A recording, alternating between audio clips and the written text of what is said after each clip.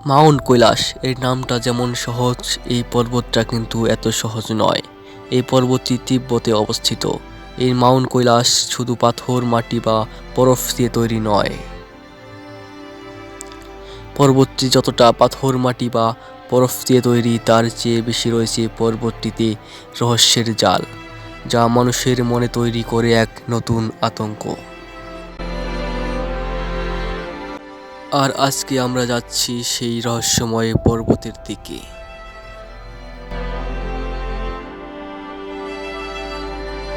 আর সেইখানে রয়েছে অসম্ভব সুন্দর আর ভয়ঙ্কর আবহাওয়া, যা মানুষকে পর্বতের চূড়ায় উঠতে বাধাগ্রস্ত করে। পর্বতে ওঠার প্রথম দিকে চোখে পড়ে গরুর মতন দেখতে এক ধরনের পশু, যাদের নাম ইয়াক। তাদের দিয়ে বহন করানো হয় মালামাল। তাদেরকে এভাবেই যানবাহন হিসেবে ব্যবহার করা হয়ে থাকে। আজ দেখতে দেখতে উঠবো আমরা মূল পর্বতে। পর্বতে ওঠার জন্য পা চলতে শুরু করলো। হাঁটা শুরু করতেই যেন পর্বতটি তার সৌন্দর্য দিয়ে আমাদের টানছে। পাথর মিশ্রিত মাটিতে হাঁটতে কষ্ট হলেও রহস্য দেখার আগ্রহ যেন আমাকে প্রভাবিত করছে। আজ চলতে চলতে আমরা সকল রহস্য ফাঁস করব। এক গাইড আমাদেরকে জানিয়েছে এই পথটা যতটা সুন্দর তার চেয়েও ভয়ঙ্কর। চারপাশে থাকা আগলা পাথর গড়িয়ে উপরে পড়ার আশঙ্কা রয়েছে। তবুও আমরা এই রোমাঞ্চকর পথ ধরে শেষ পর্যন্ত পৌঁছানোর চেষ্টা করব। তিব্বত শুধু সৌন্দর্য নয়, অসাধারণ সৌন্দর্যের দেশ। পেছনে তাকালে মনে হয় অন্য দুনিয়ায় চলে এসেছি। আকাশ ছোঁয়া পাহাড়ের নিচে ঘরগুলি মনে হয় খেলনা ঘর।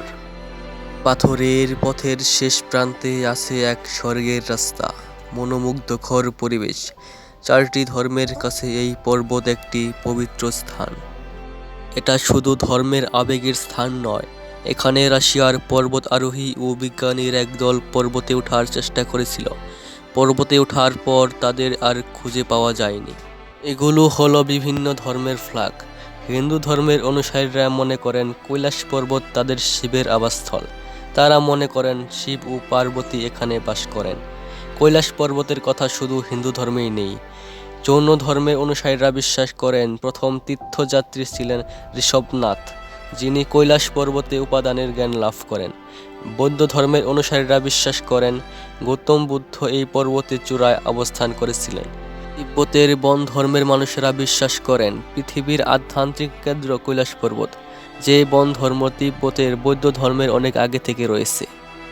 পাথরের ফাঁক দিয়ে শুধু মনোমুগ্ধকর শীতল পানি বয়ে যাচ্ছে না, বয়ে যাচ্ছে রহস্যের জল।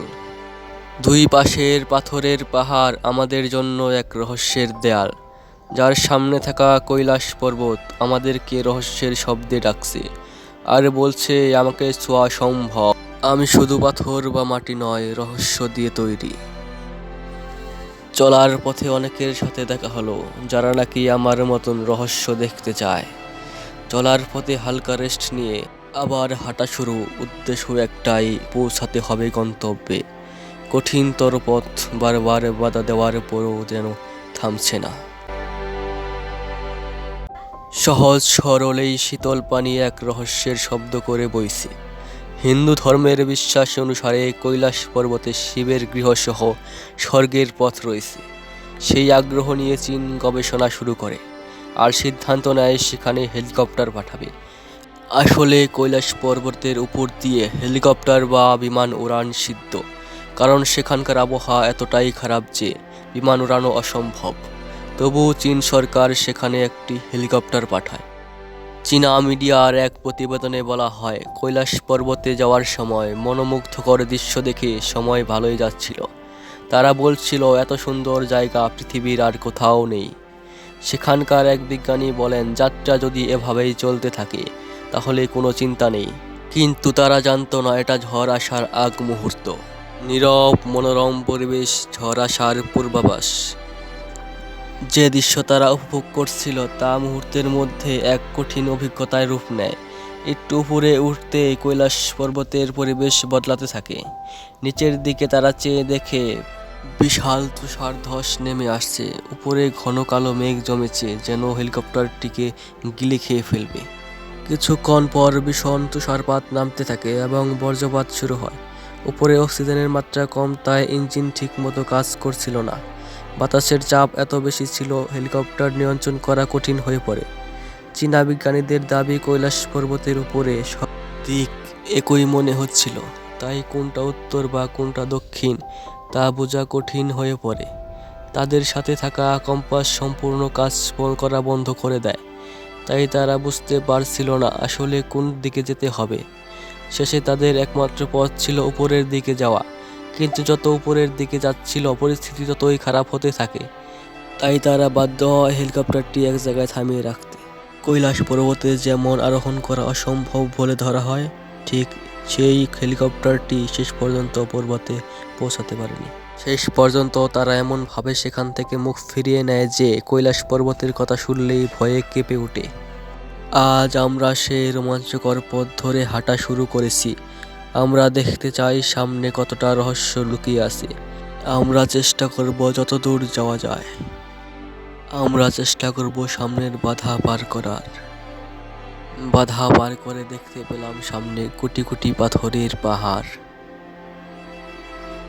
আরও সামনে চলতে শুরু করলাম।